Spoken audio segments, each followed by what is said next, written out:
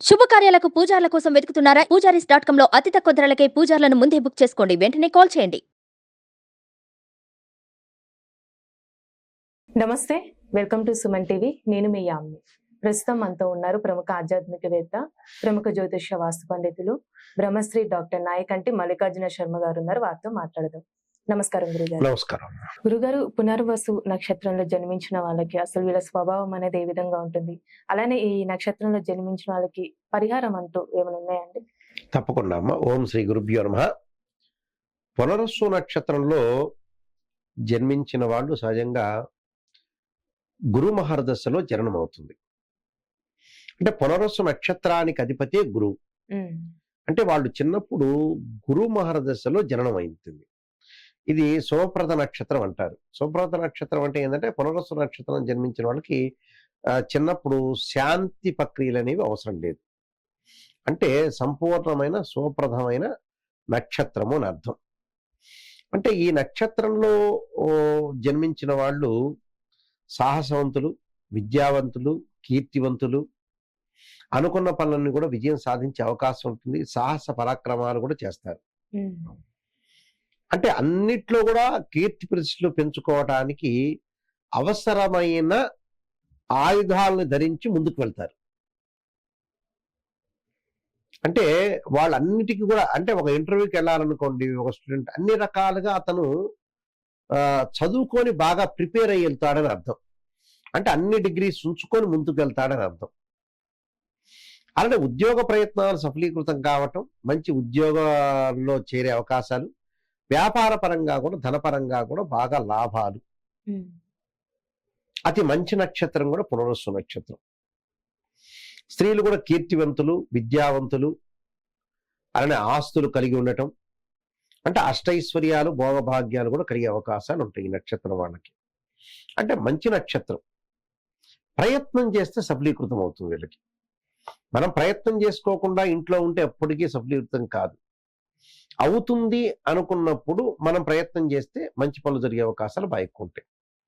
కాబట్టి ఇది పునరస్సు నక్షత్రం చాలా మంచి నక్షత్రం. వాళ్ళు గురుమహర్ దశలో జననం జరుగుతుంటుంది వీళ్ళకి.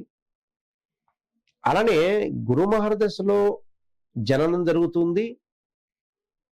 అలానే ప్రతి పనిలో కూడా ముందుకు వెళ్ళే అవకాశాలు బాగా ఎక్కువ ఉంటాయి. అయితే ఇందులో పునరస్సు నక్షత్రంలో జన్మించిన వాళ్ళకి 1, 2, 3 పాదాల వాళ్ళందరూ మిథున రాశి వ్యక్తులు అవుతారు. ఇక్కడ పునరస్సు నక్షత్రంలో 4వ పాదంలో జన్మించిన వాళ్ళందరూ కూడా వీళ్ళు కర్కాటక రాశికి సంబంధించిన వ్యక్తులు. అంటే లాస్ట్ పాదంలో కొంత మారుతూ ఉంటుంది. అదొకటి ముఖ్యమైన విషయం. పునరస్సు నక్షత్రంలో 3 పాదాల్లో గురు మహర్దశ అనేది 16 సంవత్సరాలు ఉంటుంది వీళ్ళకి. అంటే గురువు తర్వాత బుధ మహర్దశ, అలానే కేతు మహర్దశ, శుక్ర మహర్దశ. అయితే పునరస్సు నక్షత్రం వాళ్ళకి కుజ మహర్దశ వచ్చే సూచనలు తక్కువగా ఉంటాయి. అంటే కుజ మహర్దశ రాదు వాళ్ళ లైఫ్లో. కుజదోష రహిత నక్షత్రం అంటారు. అంటే మనకు 13 నక్షత్రాల్లో దైవజ్ఞ సంపూర్ణ చంద్రికలో చెప్పినట్టుగా 13 నక్షత్రాల కుజదోషం ఉండదు. ఆ నక్షత్రంలో విశేషమైన నక్షత్రం పునరస్సు నక్షత్రం. పునరస్సు నక్షత్రంలో జన్మించిన వాళ్ళకి కుజ దోషం అనేది ఉండదు. అది మన ప్రేక్షకులందరూ గుర్తుపెట్టుకోవాలి. అయితే ఈ ఏదైతే గురుమహర్ దశలో జరగడం వల్ల విద్య, కీర్తి ఇవన్నీ కూడా పెంపొందించడం, బంగారు ఆభరణాలు, దుస్తుల మీద బాగా ప్రేమ, సరైన సమయంలో వివాహం కావటం, సరైన ఉద్యోగం లభించటం, వాగ్ధాట్ అనేది బాగా ఎక్కువ ఉంటుంది. అంటే గ్రాస్పింగ్ పవర్ ఎక్కువగా ఉంటుంది వీళ్ళకి. అంటే మాట్లాడటంలో వివేకవంతంగా మాట్లాడతారు, లౌకికంగా మాట్లాడతారు, ఒకళ్ళని మెప్పించి ఒప్పించి రప్పించగలరు. అంటే అలాంటి యథార్థంగా కూడా మాట్లాడతారు. అంటే పునరస్సు నక్షత్రం అనేది చాలా శుభప్రధాన నక్షత్రం అనేది క్లియర్. అది అయితే ఇంకా కొన్ని పరిష్కారం చేసుకోవాల్సిన మిగిలిపోయింటి వీళ్ళకి. ఇంకా నేను చేసుకోవాలి, ఇంకా ముందుకు వెళ్ళాలి, ఒక స్టెప్ బై స్టెప్ బాగా నేను డెవలప్మెంట్ కావాలి, అభివృద్ధి కావాలి అనే ఒక ఆలోచనలు మటుకు బాగా ఎక్కువ ఉంటాయి. అంటే ఒక ఉపాధ్యాయ వృత్తి, ఉపన్యాసక వృత్తి, అంటే టీచర్, లెక్చరర్, ప్రొఫెసర్ కానీ, అలానే డీన్ కానీ, యూనివర్సిటీ ప్రొఫెసర్స్ కానీ, ఇలాంటివి ఏదైనా సరే ఉపాధ్యాయ వృత్తి ఉండటం ఒకటి, అధికారం చెలాయించటం, న్యాయవాదులుగా వెళ్ళటం, అంటే జడ్జెస్ కానీ, కలెక్టర్ కానీ, ఐఏఎస్ ఐపీఎస్ కానీ ఈ వృత్తిలో రాణించే అవకాశాలు బాగా ఎక్కువ ఉంటాయి. వ్యాపార పరంగా కూడా చాలా అనుకూలంగా ఉండే అవకాశం ఎక్కువ ఉంటుంది. అంటే స్కూల్స్ పెట్టడం, బుక్స్ ప్రింటింగ్, పబ్లికేషన్స్, ఆధ్యాత్మిక పరంగా ముందుకు వెళ్ళటం, ధార్మిక సంస్థలు నిర్వహించటం, పేదలకు సహాయం చేయటం, అలానే పూజా స్టోర్లు పెట్టడం, అంటే గురు పరంపరంగా ఉండేవన్నీ కూడా వాళ్ళు ముందుకు వెళ్ళే అవకాశాలు ఎక్కువ ఉంటాయి. పునర్వసు నక్షత్రం అలానే మంచి నక్షత్రం కూడా ఇది. ఇక మన ప్రయత్నాలు లోపం లేకుండా చేసుకోవాలి. ముందు ప్రయత్నం అంటే మనకి బాగుంది అని అంటే మనం గట్టి ప్రయత్నం చేసుకొని ముందుకు వెళ్ళాలి. అప్పుడు మనం సక్సెస్ అయ్యే అవకాశం బాగా ఎక్కువగా ఉంటుంది. పునర్వసు నక్షత్రం 3 పాదాల వరకు పుట్టిన వ్యక్తులకి కోపం కూడా ఉంటుంది. కోపం ఉంటుంది, ఉద్రిక్తమైన వాతావరణం ఉంటుంది, ఎమ్మటే సౌమ్యంగా అయిపోతారు. 4వ పాదంలో పుట్టిన వాళ్ళకి ఏంటంటే బయటకు కనపడరు. అంటే బయటకు కనపడినట్టుగా ఉండరాళ్ళు. ఊరికి అనవసరంగా మానసికంగా ఆలోచన చేయటం, మానసికంగా ప్రాబ్లమ్స్ క్రియేట్ చేసుకోవటం, ఒక మనిషికి ఒకటి చెబితే ఇంకో పని చేయటం, అంటే పూర్తిగా ఒకళ్ళతోటి విశ్లేషణాత్మకంగా మాట్లాడే స్వభావం అనేది ఉండదు వీళ్ళకి. అంటే ఓపెన్ హార్ట్ ఉండదని అర్థం.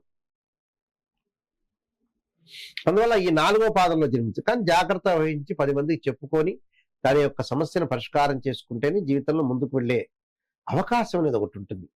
ఇప్పుడు కూడా మనమే మోనార్కులు కాదుగా, 10 మంది యొక్క ఆలోచనలు కూడా మనం స్వీకరించి ముందుకెళ్తేనే మనకి జీవితంలో విజయం లభించే అవకాశం ఖచ్చితంగా ఉంటుంది. అలానే ఈ నక్షత్రంలో జన్మించిన వాళ్ళకి ఏ దేవుని యొక్క ఆరాధన, అలానే ఎలాంటి రత్నం అనేది ధరించాలంటే వీళ్ళు? తప్పకుండా అమ్మా. పునర్వసు నక్షత్రంలో జన్మించిన వాళ్ళకి 1, 2, 3 పాదాల్లో జన్మించిన వాళ్ళకి వీళ్ళు ఖచ్చితంగా కనక పుష్యరాగం అనేది ధరించాలి. అంటే కనక పుష్యరాగము ధరించాలి, పచ్చ స్టోన్ కూడా ధరించాలి. దీనితో పాటు వీళ్ళు ఆరాధన చేయాల్సింది అంటే దత్తాత్రేయ స్వామి యొక్క స్తోత్రం కానీ, దత్తాత్రేయ స్వామి యొక్క కవచం కానీ, విద్యార్థులు తప్పకుండా దక్షిణామూర్తి శ్లోకాన్ని అలానే మనకి ఇష్ట దైవాన్ని కూడా ఆరాధన చేయాలి. రాఘవేంద్ర స్వామిని అనుకోవచ్చు, షిరిడి సాయిబాబా అనుకోవచ్చు. దైవ ఆరాధన అనేది చాలా ఇంపార్టెంట్ ఇక్కడ. అయితే ఇద్దరు కూడా పునర్వసు నక్షత్రం వాళ్ళు ఈ 3 పాదాల్లో జన్మించిన వాళ్ళు అలానే ఆరాధన చేయొచ్చు.